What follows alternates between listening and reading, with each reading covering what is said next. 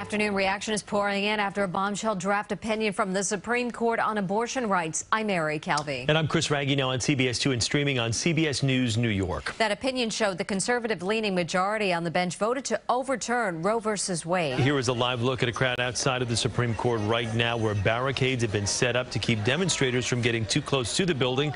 People on both sides of the issues are crowded together, chanting and engaging in heated discussions over the future of abortion access. We've got team coverage this noon. We're starting with CBS 2's Natalie Duddridge, who has the very latest on the investigation into the leak. Natalie?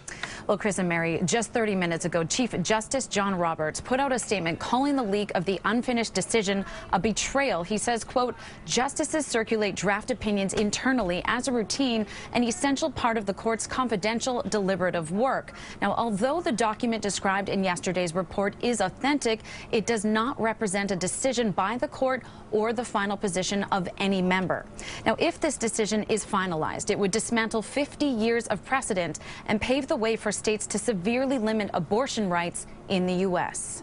America doesn't want to overturn Roe v. Wade. The reversal of Roe v. Wade is good, and it will save lives. People on both sides gathered outside the U.S. Supreme Court after Politico published a leaked draft opinion from the High Court, suggesting the conservative majority is preparing to overturn Roe v. Wade.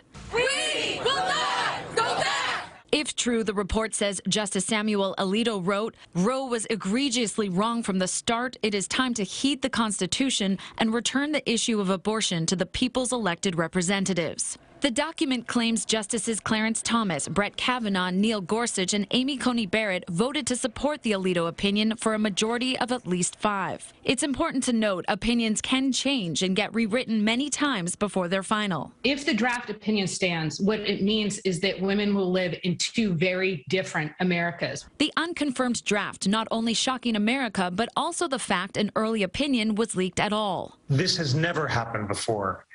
It's a tremendously big deal for the court. The court takes its secrecy incredibly seriously. Mitch McConnell said in a statement, the stunning breach was an attack on the independence of the Supreme Court. By every indication, this was yet another escalation in the radical left's ongoing campaign to bully and intimidate federal judges. President Biden said this morning, if the court does overturn Roe, it will fall on our nation's elected officials at all levels of government to protect a woman's right to choose, and it will fall on voters to elect pro-choice officials this November. New York Governor Kathy Hochul said, this is an absolutely disgraceful attack on our fundamental right to choose, and we will fight with everything we've got. Governor Murphy in New Jersey added, a truly dark day in America. The most recent CBS News poll shows 62% of Americans want to keep the law as is, 38% want it overturned.